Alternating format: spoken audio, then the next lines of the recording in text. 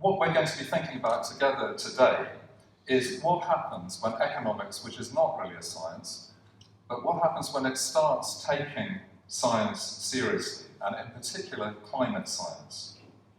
What implications does that have for the way we think about the economy, which is to say the way we work, the way we build our homes, we grow our food, spend our leisure time, the ways we get from A to B, and all those many other aspects of our lives. And the climate emergency, which I know you are all very keenly aware of course has profound implications in all these areas. Today we want to look at the question, who benefits?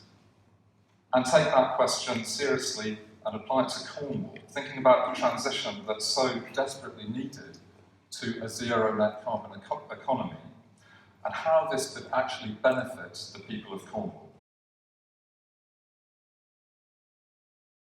But I know we've got probably loads of questions about what's going on in Westminster, what the political system has in store for us in the next few days, the next few weeks. These are absolutely seismic, momentous times. We've never seen anything like it before, and I want to leave a bit of time for questions on that.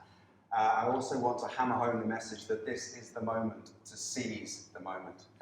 We have an amazing opportunity in the Green Party to do so much. There's movements that really change things, and we've seen a colossal movement just over the last 6 months, a year, with the school strikes, with Greta Thunberg, with Extinction Rebellion, pushing green issues right up the agenda, pressing home on the climate emergency, the urgency of the climate emergency. Simultaneously, we've seen over 150 councils declare those climate emergencies. My council, Lambeth, being the first in London to do it. We know it was sparked by Bristol in the southwest, and swept across the country.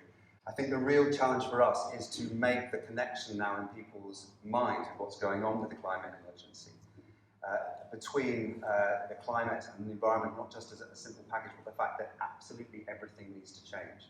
And the climate emergency demands that every sector of the economy, every sector of life, the way we live, the way we work, needs to change. We need to bring that green lens to bear on everything as we talk. And it's up to us to develop that story, to develop that narrative, to be able to develop that language to explain it. We're the only ones being bold enough and radical enough to say what needs to happen. But we've got to articulate it. We have no choice. We have to yell it from the rooftops, because our very existence depends on it. We risk becoming the first species to document our own extinction. That is the reality. So that's why our general election campaign will be fought on those three big issues. First of all, the climate emergency, saying no to climate chaos. Secondly, saying yes to remaining. But third, saying very, very clearly that we need that shift of power in order to transform the economy with the Green New Deal and many other measures across every sector. So get ready, the general election is coming. And those will be our three messages as we go out.